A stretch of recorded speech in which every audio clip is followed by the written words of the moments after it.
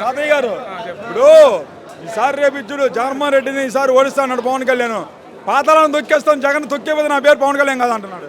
నిన్న సిద్ధం సభకు చూసి బహుశా ఇది రాష్ట్ర వైడికి కాకుండా కూడా కేంద్రం నరేంద్ర మోడీ గారు, అమిత్ షా కానీ, నడ్డా కానీ వాళ్ళ దృష్టికి ఆల్రెడీ వెళ్ళిపోయింది మెసేజ్. వాళ్ళు కూడా చూసుంటారు బహుశా, టీవీల్లో కానివ్వండి, పత్రికల్లో కానివ్వండి, దేంట్లో కూడా చూసుంటారు.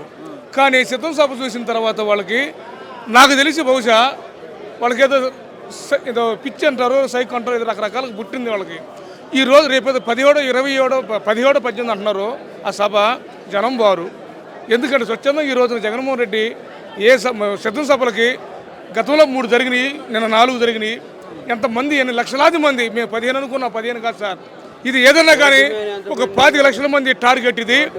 అది ఇంకా ఉప్పినది సముద్రం ఎలా పొంగితే సూర్యామ ఎలా వచ్చింది అలా ఉంది. మీరంతా గ్రాఫిక్స్ అని జనం లేరు, ఇదంతా డూప్ అని చెప్పి అన్నాడు నారా లోకేష్. ఏమండి గ్రాఫిక్స్ అన్నారు. ఆ గుంటూరు జిల్లా ఒక మహిళా గారు పాపము జగన్మోహన్ రెడ్డి ఒక ఇల్లు ఇస్తే ఆ ఇల్లు ప్రస్తావన కాస్త మీడియా ముందుకు వచ్చి మాట్లాడితే ఆ మహిళని చిత్రపదం చేసిన దఖనాలు ఈ రోజున సాయంత్రం 4:30 గంటలకి మండల హెడ్ క్వార్టర్లో కానీ, సెంటర్లో కానీ మా వైఎస్ఆర్ కాంగ్రెస్ పార్టీ నల్లబెట్ జిల్లా కొట్టి నిరసన తెలుపుతున్నాం. ఎందుకంటే ఒక మహిళని ఈ రకంగా వాళ్ళు చిత్రమిస్తే రామోజీ మీడియా పత్రికలు, TV9 కానీ, TV5 కానివ్వండి, ABN కానివ్వండి, ఈనాడు కానీ, ఈ పత్రికలో మహిళకు ప్రాణాలు కోల్పోయారు. కాబట్టి దీన్ని మేము తీవ్రంగా ఖండిస్తున్నాము. దీనికి ప్రతిమూలం చెల్లిస్తారు, ఇది వాస్తవం. ఇప్పుడు ఆమెకి మీ పార్టీ ఏమైనా న్యాయం చేసింది అంటారు? మీ పార్టీ మా పార్టీకి ఏదో జగన్మోహన్ రెడ్డి దృష్టికి పోయింది ఆల్రెడీ. చట్టపరం చేసుకుంటూ పోతుంది. చట్టపరంగా కాబట్టి వాళ్ళ మీద చర్యలు ఉంటాయి. దీనికి సమన్వయం జరుగుతుంది ఆ అమ్మాయికి.